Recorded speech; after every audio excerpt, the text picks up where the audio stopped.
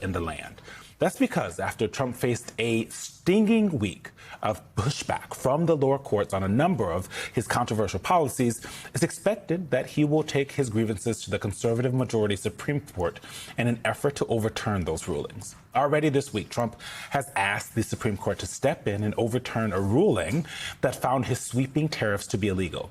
Since returning to the White House, SCOTUS has come to Trump's aid on a number of cases. We've talked about him on this show, leading to the ire from other federal judges.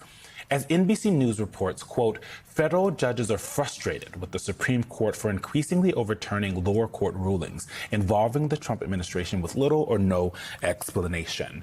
With some worried, the practice is undermining the judiciary at a sensitive time. Joining us now is Melissa Murray, a law professor at NYU, co-host of the Strict Scrutiny podcast, and an MSNBC legal analyst. I want to look at more of that NBC News reporting really quickly. Quote, a short rebuttal from the Supreme Court, they argue, these judges, makes it seem like they did shoddy work and are biased against Trump.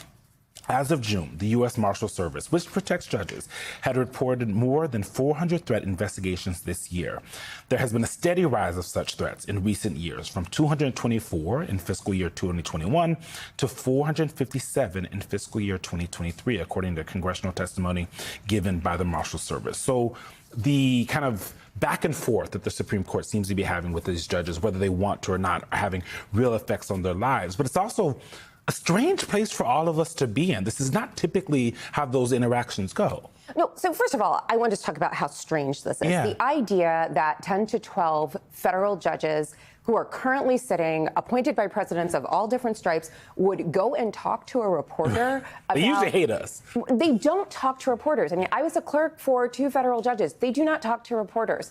This is absolutely unorthodox. Like, they are sounding the alarm. And what they are saying is, when the Supreme Court decides these cases on their emergency docket or their shadow docket or whatever you want to call it, and they don't offer any guidelines, they offer very little in the way of explanation for what they're doing, they don't give district courts a lot to work with. So then when the district courts receive these other cases, they're kind of operating in a blind. And so they're trying to do their work, they're trying to follow precedent, but there isn't a lot of guidance from the Supreme Court. And then the Supreme Court says, what do you mean you didn't follow our precedent? And they're like, there wasn't really a lot to follow. And that's basically what they're saying. And when the court rebukes them, it gives the world, it gives the country this sense that they're not doing their jobs well, that they're simply against this president. They're basically ratifying what this administration keeps saying, that these judges are lawless, that they're out of control, that they're rogue. When these district court judges are like, we're doing what we've always done. We're trying to follow the law.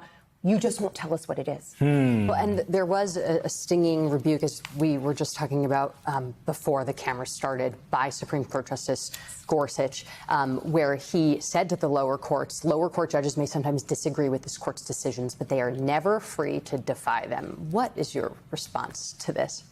Totally correct, Justice Gorsuch. You've been to con law, but you need to know what you're saying. And so there is also a retort from District Judge Allison Burroughs from the District of Massachusetts. This is in footnote 9. Law students, you have to read the footnotes. The court is mindful of Justice Gorsuch's comments in his opinion in APHA and fully agrees that this court is not free to defy Supreme Court decisions as it is, in fact, duty-bound to respect the hierarchy of the federal court system. That said, the Supreme Court's recent emergency docket rulings regarding grant terminations have not been models of clarity and have left many issues unresolved.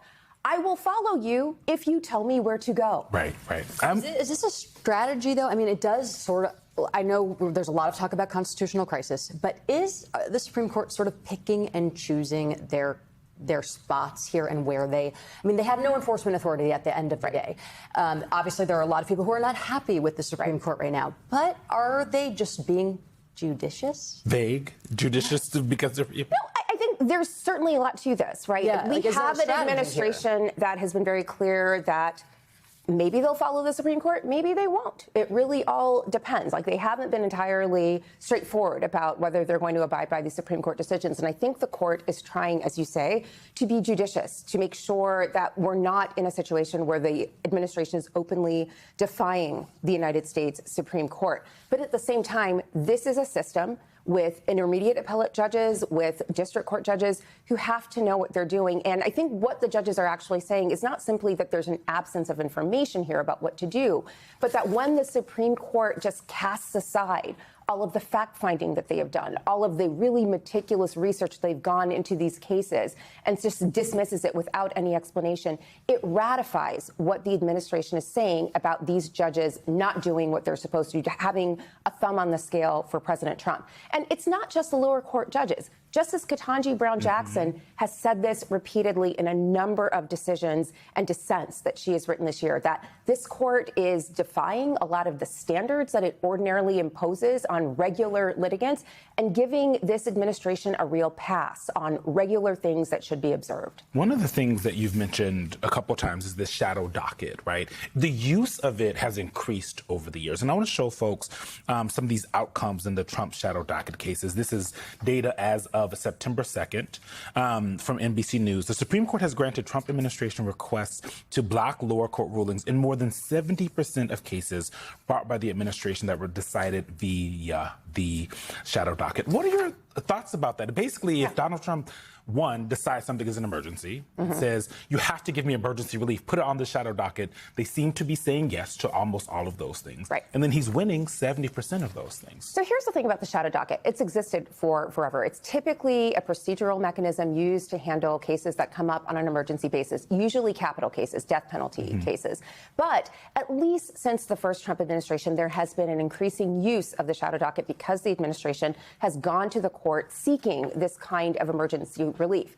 That's ordinarily not a problem, except for the fact that the court is deciding really consequential, substantive issues on the shadow docket. And when things come up on the shadow docket, they don't usually have the benefit of oral argument and they don't have the benefit of full briefing. And the court typically does not issue a full opinion. You really don't get a sense for what's happening. Sometimes it's unsigned. Unsigned by the court. Sometimes there's nothing, just like a one-sentence order. You really only get a sense of what's going on if people dissent from what is happening on the shadow docket, if they dissent from an order. And so it's not ideal for transparency, and it's not ideal as a form of precedent. And this is what these lower court judges are saying, because there's nothing there to follow. So if we're supposed to be using them as precedent, and Justice Alito, in a speech at Notre Dame a few years ago, said that the shadow docket decisions are not precedential. So I'm not quite sure why Justice Gorsuch is all up in arms about people not following what's going on the shadow docket, but whatever.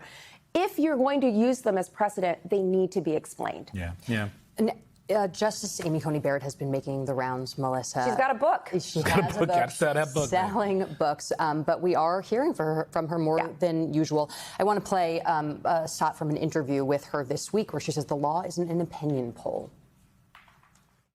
I want Americans to understand the law and that it's not just an opinion poll about whether the Supreme Court thinks something is good or whether the Supreme Court thinks something is bad.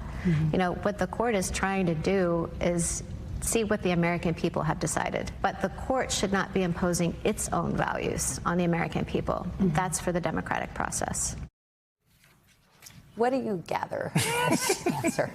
Well, she's right. The law isn't an opinion poll. It doesn't necessarily seem, though, consistent with what they're doing. The way conservative justices. Well, it's certainly not consistent with the way this administration is talking about it, because every time this administration gets up to justify something it's done, it insists that it has a mandate from the American people. We've deported people to Uganda. The American people wanted us to do that. Guess what? The American people saying something is not the Constitution. The Constitution specifically limits governmental power because of the fear of majority rule, that sometimes people get together and do awful things together. And so the Constitution isn't an opinion poll. It's not meant to ratify popular preferences. It's actually meant to protect people from those popular preferences when they're terrible, like when they don't want you to have due process. There's that. No, or rights. Melissa Murray, you and your footnotes are always welcome on our show. Thank you so much.